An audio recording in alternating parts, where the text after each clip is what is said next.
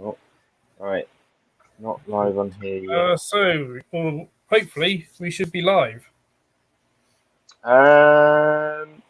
Yeah, we are. Hopefully everyone can see and hear us. Just let us know in the chat if you can. I'll quickly go through. Got a few people already in. So, hey Moon, hey Greg, just for sharing, Craig. Hey Greg, hey Osmond, hey Gemma, hey Mark. Oh, I should get some more people as well.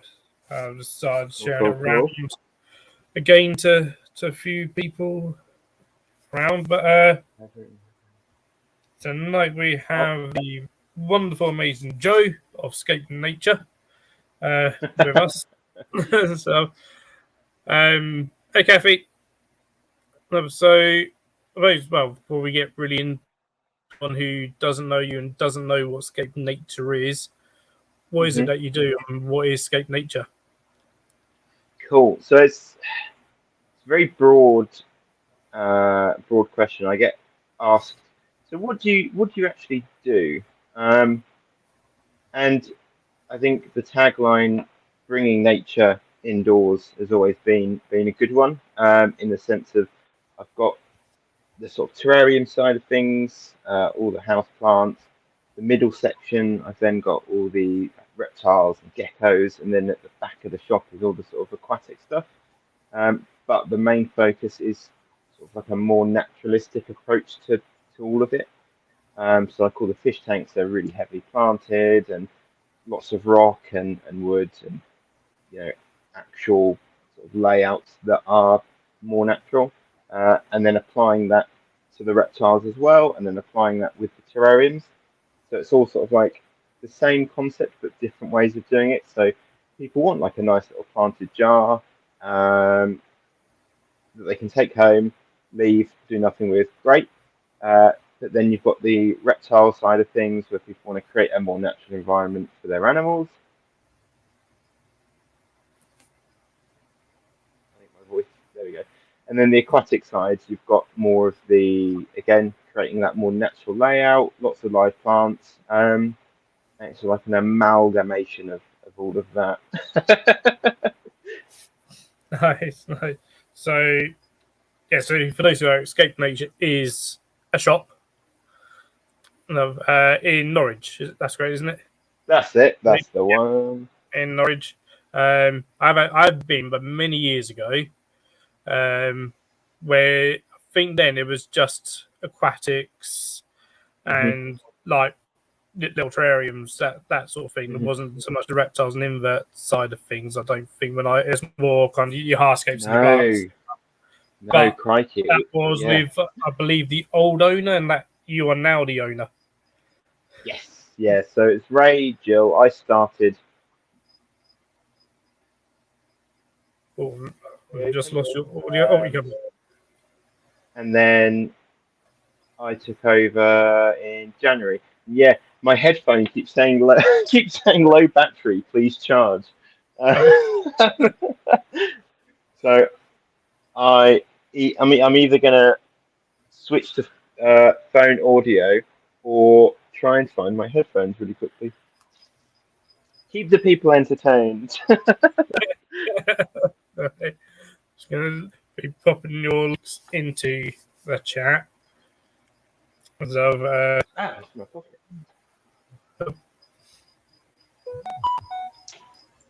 So things like your Instagram. There we go. That's better. Oh. It was going so well. There we go. It's all good. Okay, close enough. Close enough to how I had it. I didn't want any of the wall in the background. But there we go. Hey, Aaron.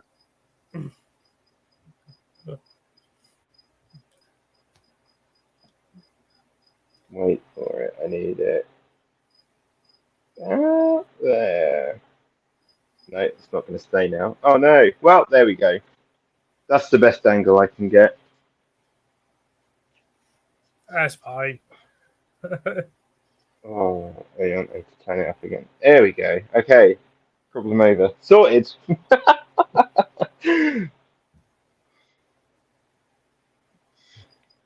4 minutes, hello. Oh, people are. Ah, look, someone said hello to me. Gemma Bainbridge. Hello, Gemma.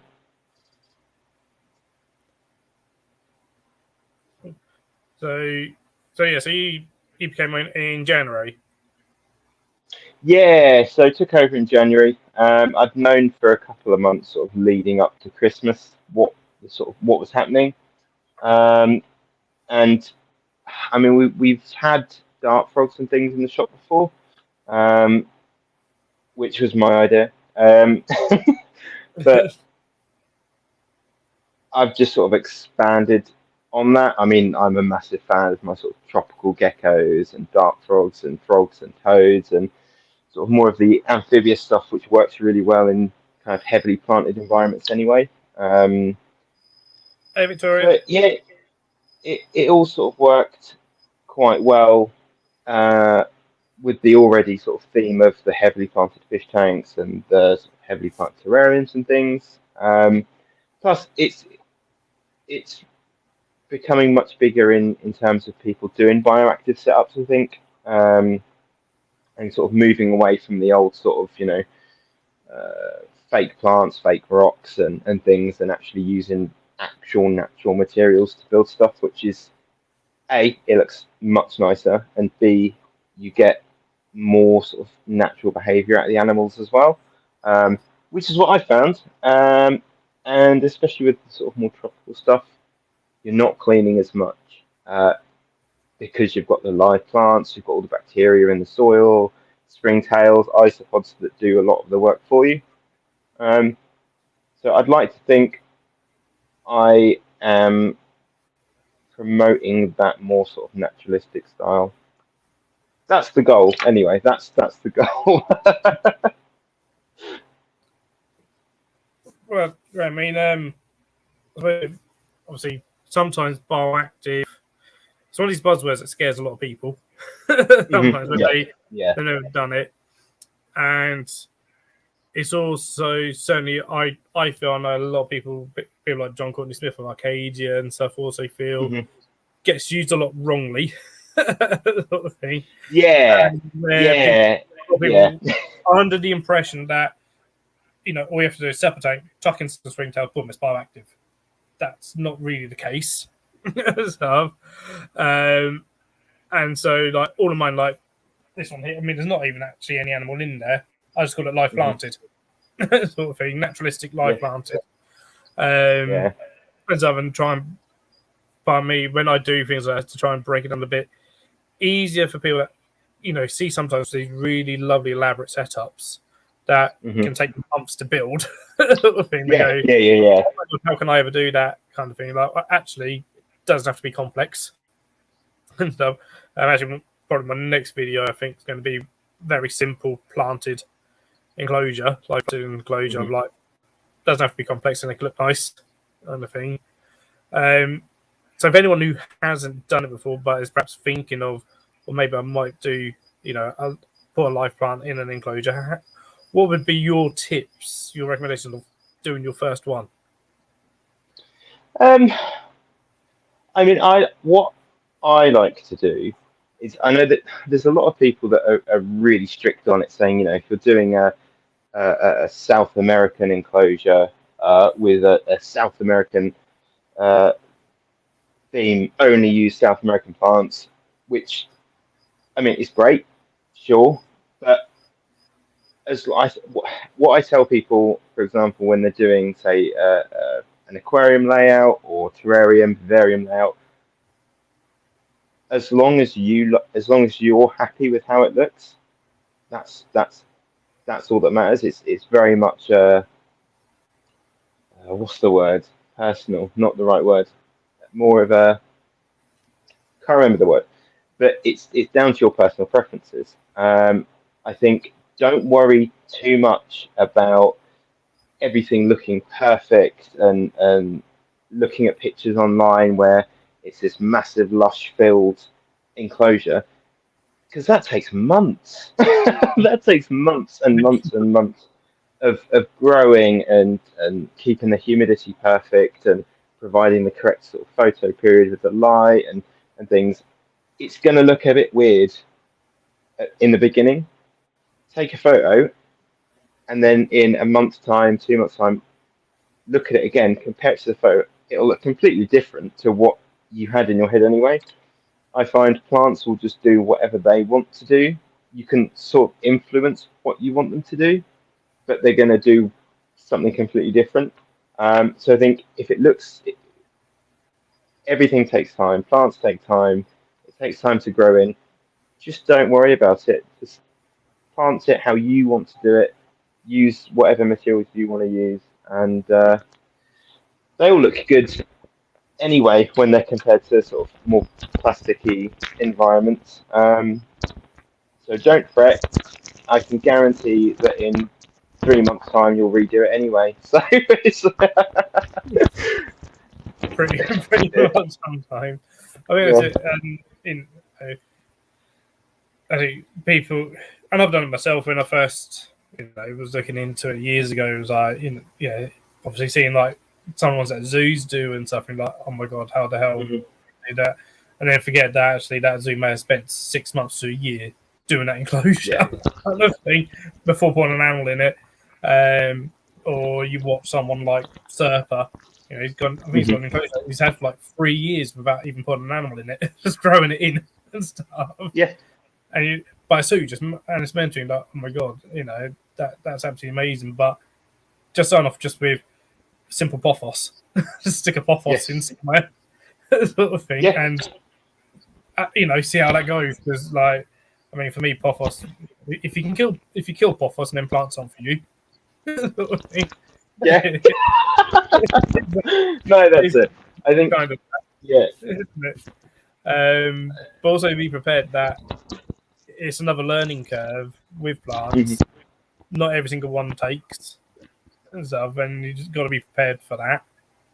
So, everyone who's just gone, hey Vivian, how is it that it's expensive? I personally, it can be really cheap. I find you can make it as expensive or as you really want. Yeah, but it doesn't have to be any more as expensive for me as buying a load of plastic plants. Oh yeah, no. I mean, to be fair, I think if anything, it's more expensive using all the plastic stuff because you spend more time cleaning and changing like the whatever you're using as substrate. Whereas plants, if they get too long, you can just cut them and then you've got a new plant to put somewhere else. And I find a lot of people, especially in groups and whatnot, sell boxes of mixed plants that they've cut out of their terrariums, vivariums, or aquariums for dirt cheap. But yeah, it can be as expensive or as cheap as you want, especially when it comes to, say, the aquatic side of things. Like I can spend, say, £100 on a tank and then 50 quid or whatever to plant it up, or I can spend £100 on a tank, add things like CO2, top end lighting, all of this, and end up spending like £500. You can, Oh, and I've got a snake behind me. That's hi. You made me jump. Yeah, I think you can spend as little or as much as you want.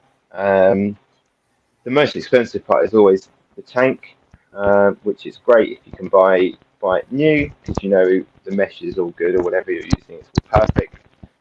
Or you can buy a second-hand tank. But soil, plants, rockwood don't need to be expensive. It really does. I mean, for some of the more expensive plants, yes, you may have to buy better lights, better substrates for and stuff, but you're only really going to do that if you get really, really heavy into your plants. And that tends to be more dark. I do find it's more the dark frog side of things. That then like my dark frog enclosure, well, it's all cheap plants. But speaking to some of the, some people in the private side, dark frog side of things, that will have to pay thousands of pounds on their plants. because they're not Yeah. their mindset's completely different. They're keeping an exhibit of plants with some frogs in Yeah, it. Kind of thing. that's it. No, that's it. I mean, there's, I could set up an enclosure and spend say 20 to 30 quid on plants, or I can buy some say Magravia, a nice sort of trailing plant, and a cutting is like 30 odd quid or whatever. Um, but as you said, a lot of people in the dart frog hobby started with having sort of vivariums with lots of colourful, expensive, fancy plants, and have gone, I could put some duck frogs in here, and then it Yep. sort of spiraled on from there. But again, plants all do the same thing. If you're using it in the sense of duck frogs, and it's acting like a hide, a platform, humidity or whatever, then pothos. Pothos. It does the job. I mean, there's a reason why so many people use it. Yeah. It's it doesn't, and nowadays there's various species that would just label as pothos, Mm-hmm. but all work very similarly and stuff to each other, and Mm-hmm. they are just they're great plants for it. I mean, I use it all the time at work. If you really let it go, it gets huge, especially the Mm-hmm. real sort of devil's ivy pothos. Mm-hmm. My work's got some of it's got leaves bigger than my head, kind of thing. At my Yeah. work, no, it's in a tropical house, so it's just allowed to grow wild, sort of thing. Um, but yeah, that you sort of like your cheap house plants are some of the ones that work the best. Yeah. So it really doesn't have to be a lot. Um, Mm-hmm. I was asked about Barb Active for Bearded Dragons. I don't know if that's something I you've ever yeah. done. I saw that comment and I was thinking this is I'm going to get asked this, and then you did. It's it is a bit harder, solely But because it's also for some people controversial. oh don't If you want to yeah touch on the controversies surrounding Bearded Dragons, where there's a lot of rubbish that's spouted. Another thing. oh don't yeah no there is. I think the difficult thing, putting aside using actual substrate, um, is the mixes and sort of variety of plants that you get in sort of, the super dry regions of Australia. It's super clay heavy and dry and things. It makes it harder, but not impossible. Um, One little trick that I've learned is using sort of like a sand, soil, and clay mix, and then getting, say, like a succulent, taking it out of the pot, just make a little hole, pop it in, and then, yeah, just specifically water that area. Um, Usually works, or if in doubt, just go air plants. They will get eaten, That's but the thing to bear in mind with beardies. They will eat your they plants. eat everything. Yeah. That's it. I think it's doable, and there's sort of more arid sort of isopods and things if you want that in there too. But it's unless it's in an absolutely massive enclosure, it is a struggle. I tend to go for the more naturalistic enclosure, Yeah, I and we think. just use real rocks. Well, I say for most people's households, you want to aim more naturalistic. You can put other things in there, but chances of it ever being bioactive in a standard household viv Mm. is going to be really, really difficult. I mean, I know some people that for their bidders, they've given them like 3 foot plus depth of substrate to be able to Yeah, do live plants. Kind of thing. yeah, Um, that's it. to be able to give the soil quality for the plants, Hmm. as well as it not being too humid for the beardies. and stuff. That's it.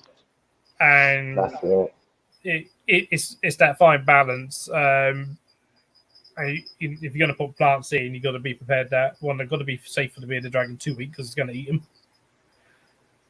And be prepared that your plants are just going to get eaten. I mean, so Yeah. it's that kind That's of it. which do you know? Ultimately, for plants, it's going to be fantastic enrichment. So if you're happy for your plants to get munched, it's Yeah. as long as it's Yeah. safe. One for Jonathan had the beardy bit. He remember at AHH when it was asked him about it. It was all like plant sage. Yeah. Put some sage in because that's what they're eating in the wild. So, That's it. That's and it's it. cheap. That's cheap, and if they eat it, cool. It's all good for them because it's so high in calcium. No, that's it. That's it. I think if you look at, well, I mean, what as I said earlier, what I tend to do is I'll look at, say, where an animal's from, and then try and replicate it. If you look at, those hotter parts of Australia, it's just big old trees and sort of big bushes of plants, which you just can't fit in You're an not going to be enclosure. able to deport in your standard live. So Hmm. yeah, Harry, you say yours in a 4x2x2. You're not. You can get a naturalistic look. You can get a nice looking enclosure. The chances of you being able to make that into a bioactive for beardy is going to be really, really difficult, sort of thing. Hmm. So perhaps a bit more just towards naturally having a nice substrate that I can dig in, some Yeah. nice stuff to climb on, having the burrow in. You can put some leaf litter down. Ain't gonna Yeah. harm it. Have fun with some leaf litter. Put some things there, but to look at it more sort of a naturalistic rather than bioactive, probably for that one. Hmm. Uh, Yeah. No, that's it. That's it. but And I mean, and also don't go by the whole if a bit of dragon sees substrate is going to die kind of rubbish. So make sure yeah. you got the right heating, the right UV lighting, the right humidity levels. It'll be fine. That's it. That's it. And I think that's another thing. Don't be scared of humidity levels, especially with bearded dragons. People I mean, forget if the you go, desert can be quite humid. yeah, We that's always it. think we always think deserts are bone dry, and so actually, get under a bush. There can be quite a lot of humidity under a bush in the desert Mhm. stuff. That's it. Okay, That's it. I refer a lot to Jonathan Howard, the beardy vet. They measure some humidity, bearded dragons in the wild, and some of them about 90% humidity. That's it. Yeah, Like, it's uh, it's a weird thing. It's the same as leopard geckos, isn't it? There's that whole super dry, hot sort of Iraq, Afghanistani desert type things. But I think, was it a couple of years ago now? I can't remember exactly where it was, but they found them in, in India, yeah, yeah, like, Ben Owens found them basically in a mossy forest. yeah, that was it. That was Yeah, it, like arid forest sort of. Yeah, yeah, yeah. Because I think again, I mean, you've got the other sort of species of the leopard gecko, but again, especially for my guys, I'll use maybe 70% soil, 30% sand, and they they shed perfectly. They dig, yeah. and yeah, I think again they're one of those ones that just kept too dry. And then, oh, carry on. No, I was literally going to agree with it. I mean, when I first started, and literally only up until and it still goes on today, really. But Mhm. the past few years, it's always like, wait, give them a humid hide because they need a humid hide to shed. I was like, well, if they need a humid hide to shed, surely they need humidity. Surely then they're not in a bone dry environment. Like, when you break Yeah, that down, if it needs a humid hide to shed properly, it needs humidity yeah, gradient in there. And but yeah, I know when Ben Owens released those photos, and they done, I think they done DNA tests on the ones that they found in this real humid area in India. It was, almost as far away from the desert as you could get. and That's they're it. like, it's exactly the species that is commonly kept in captivity. Is the same species. It's not a different species. It's Macularis is like, what we do, it's sort of thing. But it's that thing we always think, well, it comes from India, Afghanistan, Pakistan. They're deserts. And we forget actually there's a lot of forests there as well, and sometimes they're quite humid. Yeah. No, that's it. Yeah, it's. I think it's not so much people don't care. It's just it's always been the same. I think you've either got the sort of no substrate sort of reptic carpet tiles whatever, and then you've got fully naturalistic. There's no sort of actual stepping stone. You're either one or the other, and yeah, there's a lot I think needs to be done. I like to use one of my royal pythons as a good case of husbandry. So there's that whole thing. Oh, they live in termite mounds and whatnot, and they occasionally are found there. But I have my royal in a 90 by 45 by 90, massive, great piece of wood, sort of a rooty piece, and it's always in that sort of top maybe 25% of the enclosure. And I think if you give an animal the chance to try sort of naturalistic um, and a more sort of natural environment, it takes maybe a month or two for them to settle in and whatnot, but then you'll get whole new behaviours that you didn't even know that your animal would do.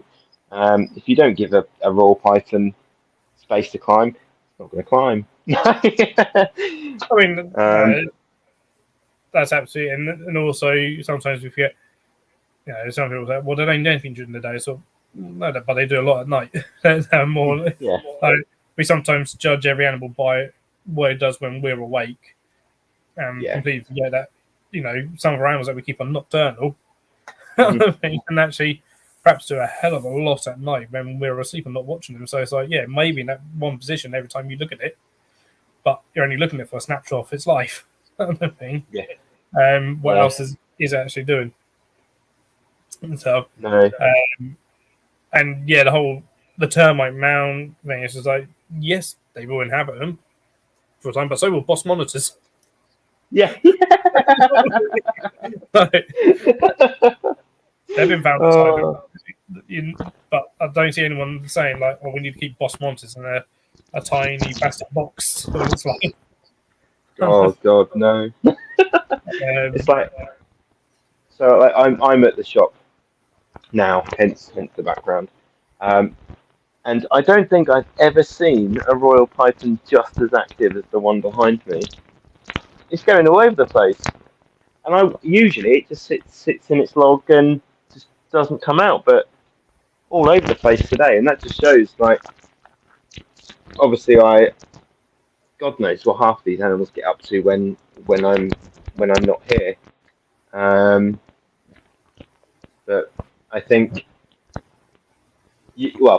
I think on the next thing I'm going to talk about, you're going to be considerably more sort of head on me, but inverts and sort of more naturalistic setups, I think from my side of things is a little bit harder to do.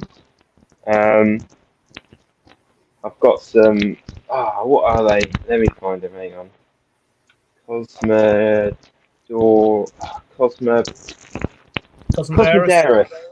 Yeah, that's it. I'm having a real hard time trying to figure out exactly what their natural environment would be like. Because they're from Cameroon, which instantly makes me think of super hot, dry, but then you're looking at sort of 75% humidity. So I've got them as best set up as I think I can get them, but yeah, I find inverts harder unless it's like millipedes or isopods. I mean, when it comes to the inverts, some of them there's hardly any information about them. Sometimes, Yeah. hey Steve, there's sometimes there's people actually studying them in the wild to let us know what they're like. I mean, that's where naturalistic reptile has its head up to a lot more of that. There's people going out there. You know, we've had people like Francis Baines and Gary Ferguson and everyone, just going out and measuring wild UVI levels and stuff to let us know, like, oh, this is what they're sitting at in the wild, sort of thing. How can we best match this? What does this mean for captivity? And stuff. And there's less of that when it comes to the inverts. A little bit, but sometimes it is trial and error. Jeremy's just put this about Custom Terrace. He's another Custom Terrace sort of fan like we are. Yeah, grass and there is more. I mean, pretty much what I do. With mine, I've got a young pair that are in a very simple. Well, both set up very simply. So, just with sort of moist and extra terras. So lots of ventilation. Stuff, moist substrate, and I've got like cool, but mine I wouldn't even call mine naturalistic because they're just literally simple setups to monitor them. I mean, then hope on an attempt to breed them if I can. Sort of thing that'd be nice. Yeah, isn't there gestation? A little bit. Can't say it. Hang on. Gestation. Yes. There you go. Isn't it like 9 months or something insanely long, and they need like a dry period? Fairly long, yes. Spoken to was it Steve's animal arc? He said he or at least claimed to have bred them a fair few years ago, and he was keeping them at around sort of 30, 31 degrees Celsius. Then did sort of take a fair while before sort of baby started or nymph started hatching out and stuff. And went through like he did take them through like a dry period and then sort of a monsoon period and stuff. And some of it is a lot of sometimes trial and error and trial and different things and seeing what works with the inverse in terms of microclimates and stuff. Sometimes, yeah. No, that's it. It's the same with like my blue Defanen beetles stuff as well. Like then another one that I actually find most people keep far too dry. Yeah. Oh no, absolutely. Yeah, no. It's for mine. I've got them on like it's sort of more sandy at the front, but then at the back it's sort of very similar to how I have my isopod soil. So it's quite woody and dried decaying leaves and stuff. Nothing as yet. They're breeding, and I'm hoping I can get the first stage larva, and then I can start setting them up in their own cups and things. But I think people are starting to crack it now with them. There's a few that are doing it. A few zoos in the States have done it, and there's been a few private people like Guy Towns. He emerged one, which he kept at like 31 degrees. But he didn't really do anything necessarily all that special, which was interesting. And someone I know claimed to have done it, but then showed me no proof of anything. It's like it's not necessarily someone to lie about things, but it was like, well, you've shown me no proof.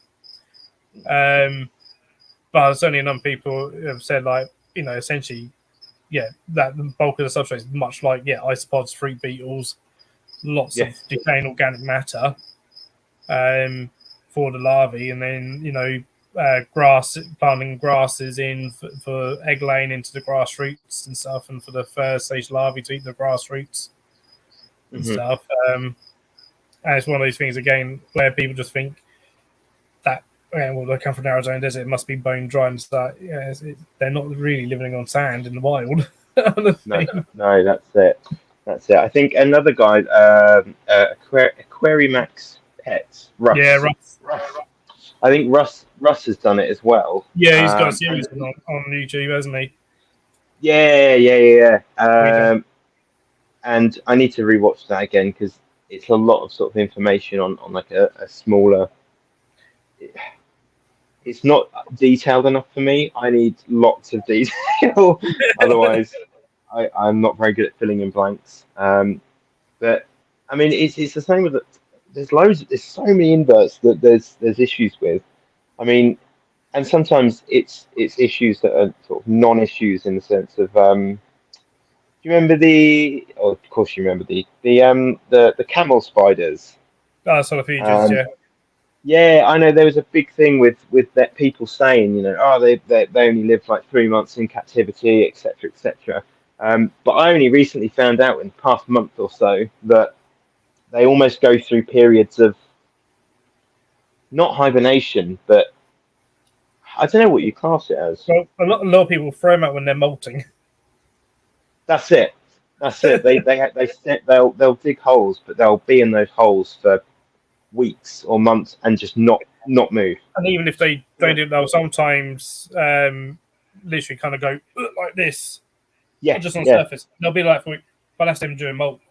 Another thing. yeah. And a lot of people have done it. We've all been there. It was me and Jeremy were chatting about literally the same thing last week. That's where people go, like, they see it and go, oh my God, it's dead. Chuck it down. Like, no, that was molting. Stuff that's, Yeah, you need to, like, basically leave it until it falls apart and it stinks. Then you know it's that's dead. it. Yeah, I mean, But yeah. Jeremy's support of dormancy, they'll go through like periods of dormancy where they just don't do anything and stuff, and Hmm. they'll perhaps just be really still and not move. I mean, Hmm. because they're in that sort of pre-molt stage and stuff. And people just like panic, oh my God, and then chuck them out. And that's been, Yeah. one of the problems there is that people just chucking them out without realizing. And people do that with some people do that with crabs and stuff as well, like various land crabs and hermit crabs and things Hmm. like suddenly it's buried itself and like, oh my God, got to dig it up. No, well, you just killed it. Yeah, no, I used to be a nightmare for that with millipedes. Yeah, millipede, Um, millipede as well, like buried when they bury like where is it? Where is it? Where is it? And it's just like, oh, it's all stiff and not moving. It's whatever. It's like, oh no, it was molting. So now I make sure that they're like falling to pieces before I do anything. That's it. Elliot. Oh, Oh, but yeah. yeah, no, that's Oh, completely it. So and to so you said the shop's kind of split into kind of three sort of sections. hmm. Thing of drones are now those on terrarium, so your household drone. There's certainly, or at least I've sort of noticed, and I've got into it myself now, kind of a surge in popularity of your kind of household mini terrariums uh, and stuff. Have you seen that? I'm guessing you've seen that yourself in that growing sort of the trends in that growing and the popularity growing in that. Almost I'm guessing Yeah. the business side of that sort of thing has sort of picked up quite a bit. Yeah, I think it's especially during lockdown. I think because people were at home, they had nothing else to do. There was a lot of making things at home, making the houses nice and planted and things. I mean, even with the plants and things, there's that massive sort of explosion in popularity of houseplants. Um, but I've definitely noticed more so with the houseplants that prices have crashed massively. So you were say paying like a Monstera dubia, which is a really nice sort of shingling climbing monstera. You'd be looking at 100 odd quid for a sort of a 2 leaf cutting or whatever. Whereas now you can get like a full rooted plant with sort of 8 leaves on it for like 20 quid. Um, so I think the house plant market is almost, yeah, sort of crashed because everyone got them at the start of lockdown. They've got loads of cuttings. The market's been flooded with house plants. Whereas with terrariums, I think it's more of like a personal thing. Um, because none of them are ever going to be the exact same. They can be close, but they won't be the exact same. And they're just fun to make. It's something nice to do. Recently did a hen party, and it was just a terrarium workshop. It was something that everyone could sit down in, have fun with, make something, and then leave with something that they've made. That's cool. Plus, there's basically no care. As long as you don't put it in super bright light, intense sunlight, they just sort of look after themselves. Probably water them, some of them maybe once every 4 to 5 months, and that will keep them happy. Versus a house plant where if you look at it funny, it'll probably die. Or put it somewhere too dark or something. Yeah, no, that's it. That's it. So No, yeah, it's Christmas is the time for terrariums. I find it's really busy at Christmas. yeah, I suppose that if it's sort of built ones, especially if they're nice looking, they make nice gifts for people. That's something a bit different and stuff. Hmm. As I'm saying those again, maybe just because I've been sort of following more terrarium sort of side of things and stuff, where obviously so many people bringing up the kits and the DIY sort of side of things to do it yourself and stuff. That yeah, people doing that sort of thing a lot more. I sort of find even like going into the garden centers, I find a lot more to do with smaller terrarium stuff. Some of it's a bit overpriced sometimes. And again, it's Yeah, one of those where some people think, "Oh my god, it's going to be really expensive," and then the game actually is. Actually, I mean, actually, I'll grab this one. I built that last night. yeah, nice, Dirt cheap. nice. Recycled coffee jar, bit of dragon stones, some plant cuttings. The plants cost me a couple of quid each. Just took some cuttings, a bit of soil, a little bit of moss, and then I pop some orange springtails in it. Nice. Love me so, some orange springtails. so, and that, it's a nice simple thing. There's a bit of cling film on top just to keep the humidity in Yeah. and stuff. And as one of those, but again, it's one of those experiences. Some I've built didn't take and stuff, and it's that learning curve, and it's start small. Use an old sauce jar, coffee jar, whatever you got lying around, and have a go. Kind of thing. That's it. That's it. It's again going back to what we were saying. We were sort of saying at the beginning. It can be as cheap as you want or as expensive as you want. You can buy a really big, fancy, super clear glass jar, or you can go to the charity shop and buy like 50p old sweet jar or something.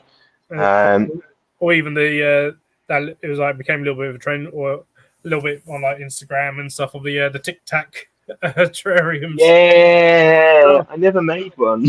I never got around to making one. Like it seemed that all the terrarium channels were suddenly built. I can't remember who started on like the first one, but everyone started like doing Tic Tac terrariums. I think it might have been Worcester Terrariums. I don't think it was Worcester. No, Pretty sure I know he'd done one, but I'm pretty sure he said inspired by someone else, whether it was like Terrarium Designs or someone or one of the others. Is one of them, but yeah, someone done it, and then like suddenly everyone else was like, oh, "I'm going to do one as well." yeah. Like No, for a few that's weeks, it. there's like all you see, like saying was like both games like what would have been rubbish and then been turned into something that's actually quite nice looking. No, that's it. That's it. You know what annoys me though? The price of orange springtails. I find orange springtails easier to keep than normal They're so springtails. easy. Hmm. I don't see how wide the price they are. They should be the same price as regular springtails because they're so easy to read.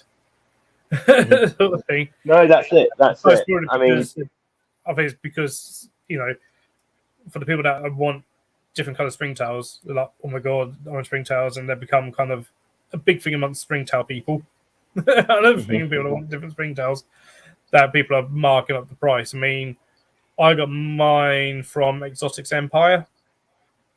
I Hmm. think at the time he was the cheapest I could find for the amount, and he was Tom Marsh. Even he was like, they breed super easily, and they do. Yeah, They're not. yeah, no, I did find out they're not the species that everyone thinks they are. They're not. no. They're not Billabella. None of Are it. they not? Apparently, Billabella's not in. They're not in captivity. Oh, I found out after I released a video, like little TikTok and reel of them, and someone kind of like, "Oh, just so you know, I actually reckon they're not Billabella. They're Pro Tornio or whatever species. That they were misidentified when they came into captivity, which is interesting." okay. I was gonna say because yeah, I mean, I got mine originally from Insect Label in Germany, and I think I paid it was a nasty price. It was something like £20 for 12. Um, £20 and I for think 12. yeah, yeah. What did you And I get think yours? that, I think I paid like I don't know. I think I paid like 10 quid for like 50. oh really? Oh, I mean, this would have been about crikey, about a year and a half ago. I got mine this year, so maybe that's how much Okay. it's come down. Because I certainly didn't pay Yeah. that. I Yeah, I paid mean, like it sounds like you've still got a good deal because I think they're averaging at about sort of £10 for 25. yeah, mine was sort of 50 plus for about I think it was like yeah, maybe it was either £10 or £15 for like 50 plus. Okay. It sold as Billabella. Although Yeah. when it just said Orange Springtail on the tub, and then I was like, and now I was told that they're potentially not Billabella. This reckoned that Billabella aren't actually in captivity. Okay, that's interesting. So it's often interesting to perhaps look into sort of thing. Yeah, because yeah, I mean, saying that though, Hey, for that, saying that though, looking at Insect and Libel in Germany, I bought them as Billabella, um, and they do look slightly different to the Billabella we have over here. But I don't know if it's just because it's a more magnified picture or not.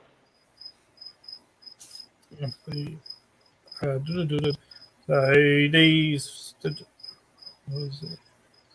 Oh, wait, can I send you? Hang on, I have a plan. Let me. How do I send you? How do I send you a link? Just a link. Oh, I can. Yeah. Okay. There you go.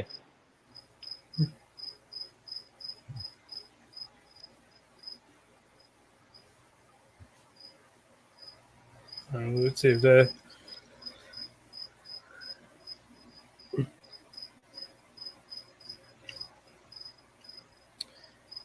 If they're similar to mine.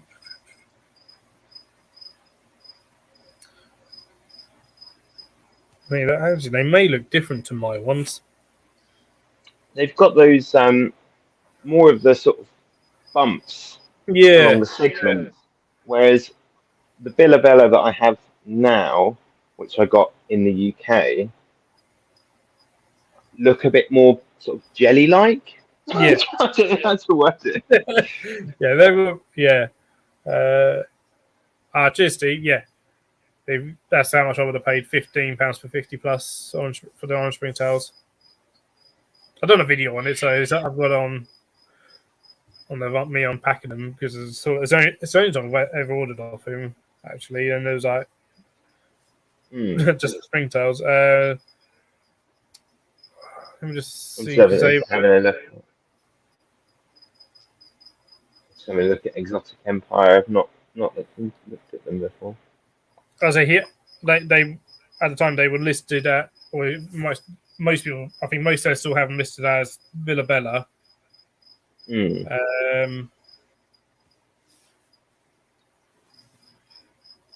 But as Yeah. I mean, I think that the main difference that I've noticed is the ones that I originally got were definitely more red, but the yeah, ones I've got now, when they're mature, are definitely more orange. Um, Again, whether or not that has, I don't know. I'll send you the pictures of the ones I've got now, but they definitely don't have those sort of bumps on the segments. Suspicious. Is that a cricket, by the way, I can hear in the it background? is. Yep, yep. Does that not drive you absolutely insane? Nope, no, because I basically don't notice them until someone points it out. Well, enjoy. I grew up I've heard cricket since I was 7, so Oh, okay. Well, that's fair. That's fair. I'm too used to it. Yeah, here we go. So yeah, I reckon to be Protunora species. Protunora species. Okay. Protunura.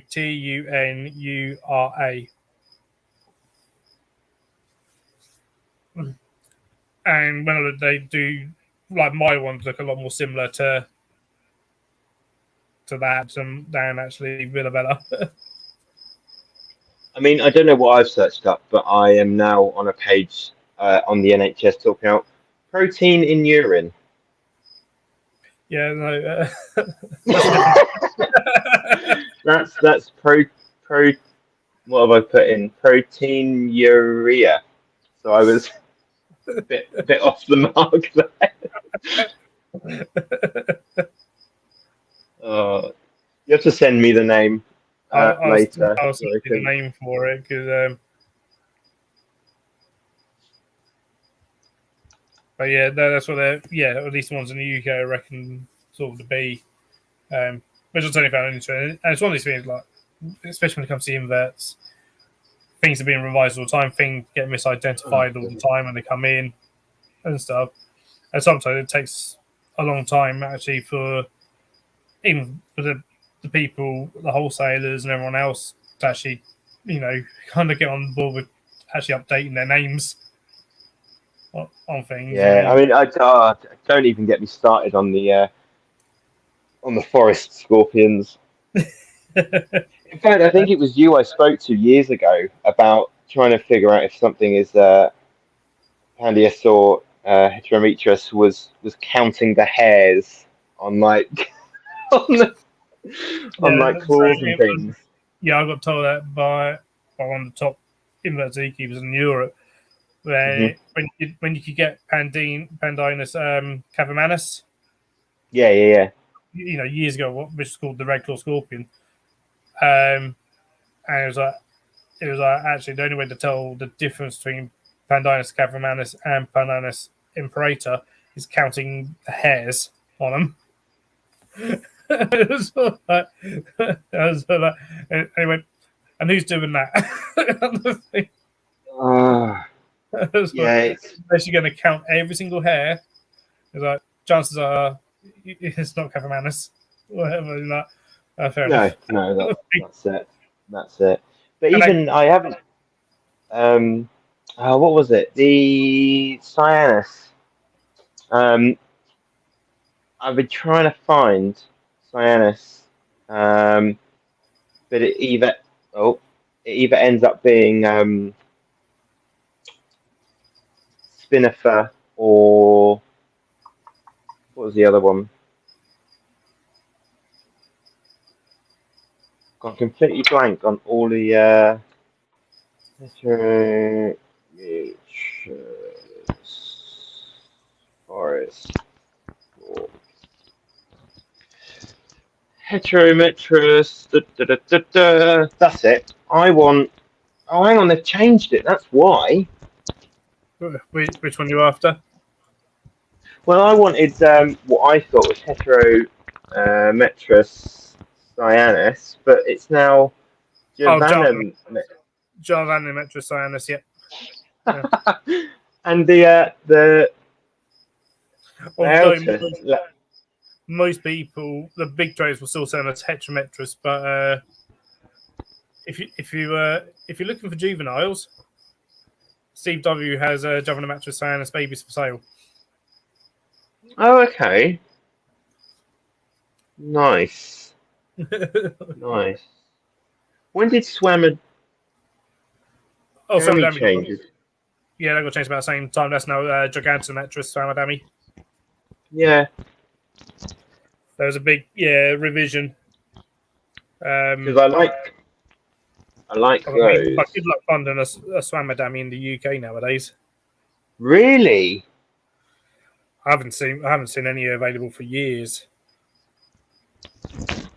What about the But mainly because Galactus? like the Swamadami are from India and they were all well caught, Yeah. and obviously you can't import from India anymore, can you? No. Unless if Oh. What about the Lauticus. Lauticus? Yeah. Well, some are sold as Lauticus, but you need to have a good. You need to buy them and then have a good look and get some good ID charts to. Well, there's some good ones on Mm. the boards and stuff to like really compare and kind of go, yep, this looks like, and then hope for the best that it is Lauticus. It's just they've got that really, really nice, almost like green metallic hue to them that I really like. Yeah, But then so does Spinnaker. a Spinnaker, Oh, and then you got the whole Kimrani and Minotaurus, and now one species, Levigatus, Heterometrus Levigatus. what's this? I saw one. Oh, I saw one on the Spider Shop the other day that got me interested. Yeah, that was it. The Minotaurus. Yeah, So yeah. that's Levigatus now. If that is what is like, you'd have to, get an ID yourself, kind of thing, of like double check to make sure that is actually the sort of thing what it is. But yeah, they're selling Kimrani and Minotaurus, but Kimrani and Minotaurus are both Levigatus. They're the same species now. Oh, right, okay. That's the headache of scorpions. I was going to say, I mean, look, just like a first look, it looks as if the Minotaurus is a bit sort of slimmer, but I don't know. I just want cool scorpions again. It's a real headache. Like, in fact, because like literally, I first saw them as Minotaurus at the first Manchester show, and I thought I hadn't heard of those ones, and then I thought I'll look into it, kind of thing, and then found that Kimrani and Minotaurus are both now the same species. They're now Levigatus, and you're like, oh, okay. It's like cows, which because they kind of look slightly different, or do they? That's why I have two separate species, but then you got to ID them yourself and stuff. So that's it. Greg. Yeah, Minotaurus are Levigatus, same as Kimrani. They're both Levigatus, as far as I can tell from reading on the boards and reading some of the changes. But I think so. You change the labels, it changes the game and stuff. Yeah, that's it. So Vivian, I should say, had Heterometrus Petersai was changed to site. Yep. So Petersai, from what I can tell, is not in captivity, and apparently is indistinguishable from Spinnaker. But apparently, it's such a cryptic species, like in a cave or whatever, that is probably never going to come into captivity. So it's misidentified. Silence was misidentified when they came in.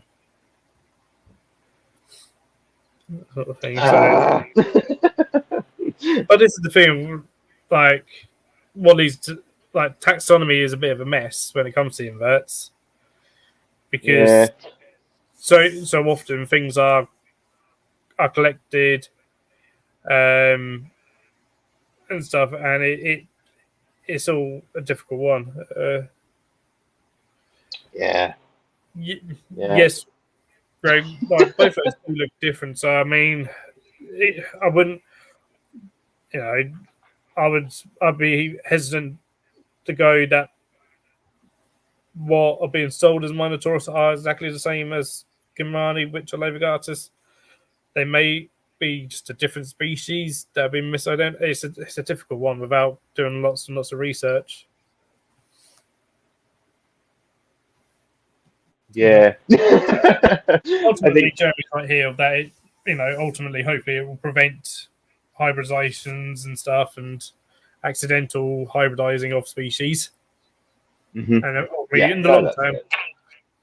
will benefit us. As long as people sort of like we try and keep on top of it, sort of thing, and keep on top of name changes and revisions and trying to Oh, go right. Okay, we're pretty sure this is this. Right, let's breed these two together. We're pretty sure they're the same species, kind of thing. Whatever they are, they look near enough the same. And so, yeah, I think it's like I've recently just got back into the tarantula hobby again, and everything's changed. Like again, all the Brachypelma, they're all like some of them are now Handu, and some of them are Handu, and it's like you got to learn the hobby all over again, and it's like I only yep. just sort of got a grasp on it. It's just it, yeah, but I mean, it keeps things interesting. It'd be too easy otherwise. It'd be too Well, that's it. easy. And it gives you more things to read and learn about. So, Yeah. hey, Catherine. I hope you enjoyed it. No, no, Catherine. And so, that's it. So, so, Mm. so yeah, so the troves do sort of the reptile side of things as well, and bit of and we also got the aquatic side of things.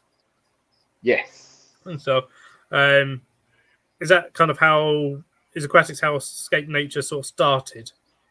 Yeah, so it was always about the sort of aquascaping and aquatics and um, that side of things, which I do enjoy.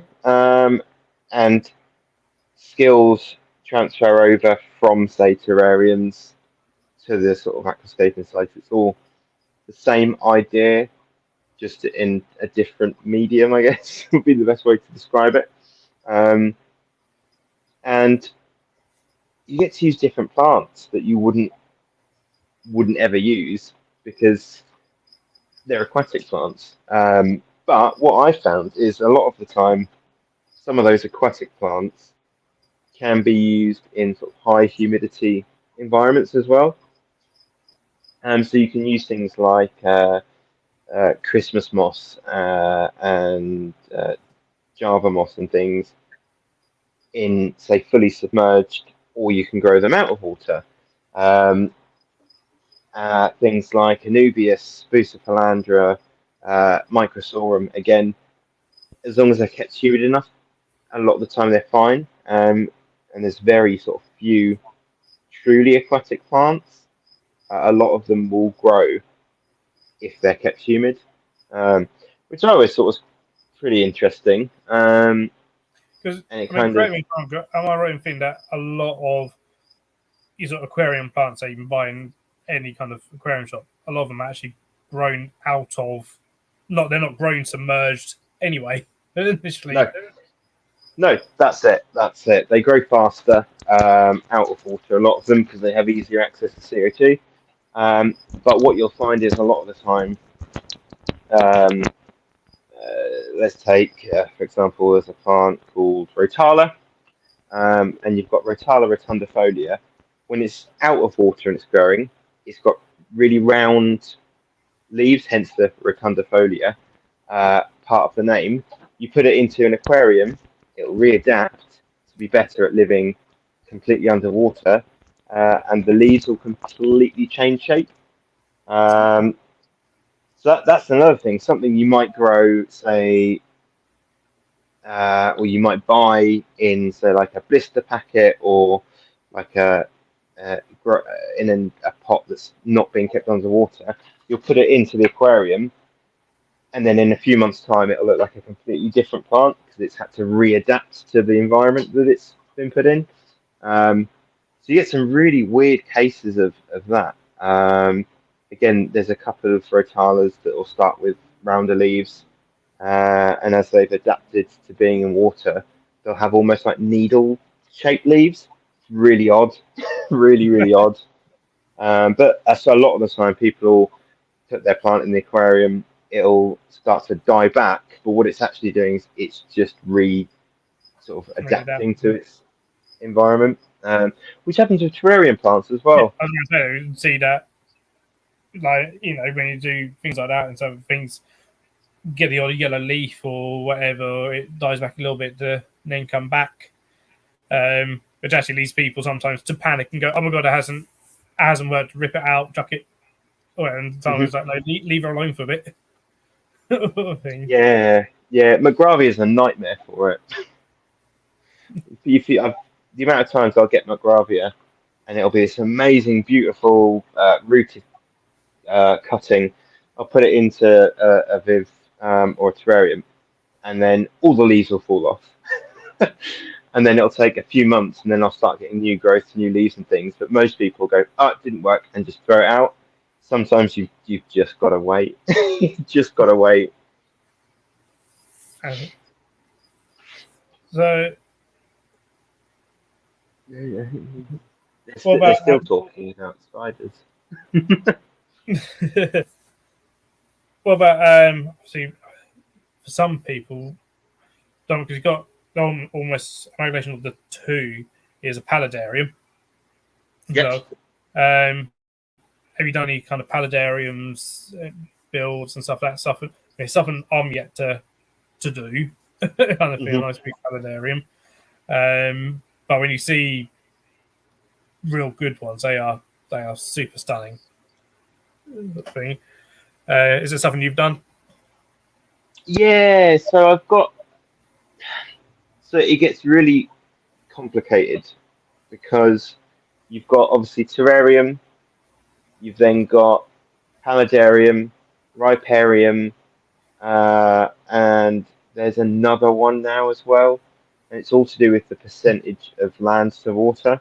But if you go to Japan, terrarium would be what we call paludarium, and a paludarium for them is what we call a terrarium. So it's completely the other way around. But yeah, it's a nightmare. So a lot of the products say come from Japan, and it'll be like the say do a Terra 30, which is sort of for Terrarium 30, but there'll be no land in it. It's just water and then a drip wall, and then they've got their Dua Pallida 30, which has no water section and is all land. So it's the other way around. That's really odd, especially when Terra means Earth. Yeah, well, you'd think, wouldn't you? But yeah, I've done a few. There's a few different ways of doing it. I find a lot of people will use like an expanding foam background and then run, say, like a pump from the bottom up to the top and get that drip wall effect, which is great. But I can't get to my pump now. So I think if you're doing something like a paludarium or riparium, so a paludarium I think is 70% water and 30% land, and a riparium is like 50-50, something like that. If you're doing either of those, really plan ahead, because if you rush it, it could go horribly wrong. Yeah, no, definitely. And the thing is, like, it's something to build up to, practice with other things first. Mm-hmm. and stuff and doing, and practice. I mean, practice makes perfect. Kind of thing. And every time you do something, you get a little bit better at it. Yeah. When it comes to if you're doing like the expanding foam sort of fake rock work and stuff, Mm-hmm. every time you do it, you get a little bit better. So, but definitely, I think if you put pumps in, that I mean that's something. Yeah, definitely try and perhaps build like a cage around it that you can then just easily take the Yeah. pump out again if you need Yeah. to you will need to at some point to maintain it most probably and That's stuff it. to give it a clean, That's make it. sure the impeller's okay and stuff. And that was hold it. So a whole different ball No, that's game. it. And then also, I mean, yeah, when you're then working with orders or like or how does it filter out and stuff and how do you make sure that everything sort of stays thin because otherwise that's just a bacteria build up nightmare. Oh, don't. Yeah, I think that's one of the a lot. I know a lot of people like to have a water section when they keep frogs, especially some of the tree frogs. Um, but unless you've really got it nailed on, a lot of the time people just end up with their frogs and having bacterial infections, skin infections, and things. Because although it is a small amount of water, you still need to have something removing the ammonia, removing the nitrites and nitrates, which you can achieve if you've got enough plants in the water. But if I was to do it again on a big scale, I would figure out how I could do it with an external filter that was on the outside of the tank rather than a small pump. Um, Yeah. Well, literally, Steve's just put you like use an external pump kind of thing. yeah, I mean, so if you got rid of put external on, that certainly would make it easier. But I mean, yeah, a lot of people like to do sort of things, but again, at work, I mean, well, I've got there's a 900 litre aquarium that I converted into a dart frog enclosure. hmm The only water that's in there is water bowls that I empty yeah, out, yeah, sort of thing. and Um, yeah, and for the most part, waterfalls will do what you all that they'll need. Just a little pool if they want to have a dip and because soak that they it was can one have of those in. things I learned. I was like, you know what? Yes, it'd be nice to be able to put like a waterfall in or whatever, but that's bacteria potential build up potentially in areas, and it's all like if it's down just to me, I need to be able to get in there and clean it. How easy is it going to be there to get in there and clean it? Da, da, da. So I was like, you know what? Just do water bowls because you can empty these out, clean them up, boom, done. So Yeah, it's and it takes 5 minutes rather than no, thinking that's like, it. That's it. oh, in a display or whatever, oh, I've got to rip this out and it's going to take suddenly half hour or whatever to clean. No, So that that's it. That's it. I mean, I've it, got like a little tank set up in the shop that is just crikey, it must be 11 liters or so.